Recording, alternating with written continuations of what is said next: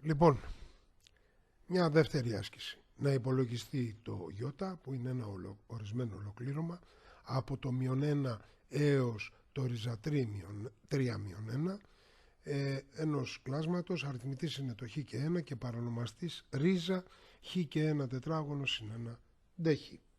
Ωραία. Βλέπω να επαναλαμβάνεται το χ και 1, να το θέσω και να δούμε πού μπορεί να μας οδηγήσει. Θέτω u ίσο χ και 1, τότε το du εύκολα είναι dχ.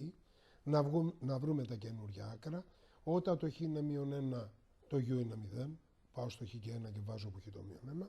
Και όταν το χ είναι ριζα 3 μείον 1, το u είναι ριζα 3. Πάλι βάζω όπου χ το ριζα 3 μείον 1. Έτσι αποκτώ ένα νέο ολοκλήρωμα. Ή μάλλον το ι παίρνει μια νέα μορφή. Είναι ένα ολοκλήρωμα από 0 έως ριζα 3, αριθμητής u, παρανομαστής ρίζα του u τετράγωνο και 1 du. Ωραία. Πολλαπλασιάζω πάνω κάτω με το 2 γιατί είδα ότι αυτό πάει να βγει η παράγωγος της ρίζας.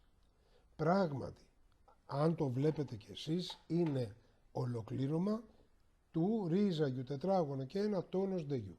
Όμως, ολοκλήρωμα και τόνος και παράγωγος αλληλοαναιρούνται, έτσι το ορισμένο ολοκλήρωμα μένει μόνο το ρίζα u τετράγωνο και 1 από 0 ως ριζα 3. Τις αντικαταστάσεις, όπου u το ριζα 3, όπου u το 0, τελικό αποτέλεσμα 1. Λοιπόν, ελπίζω να μην σας έχω ξεκάνει.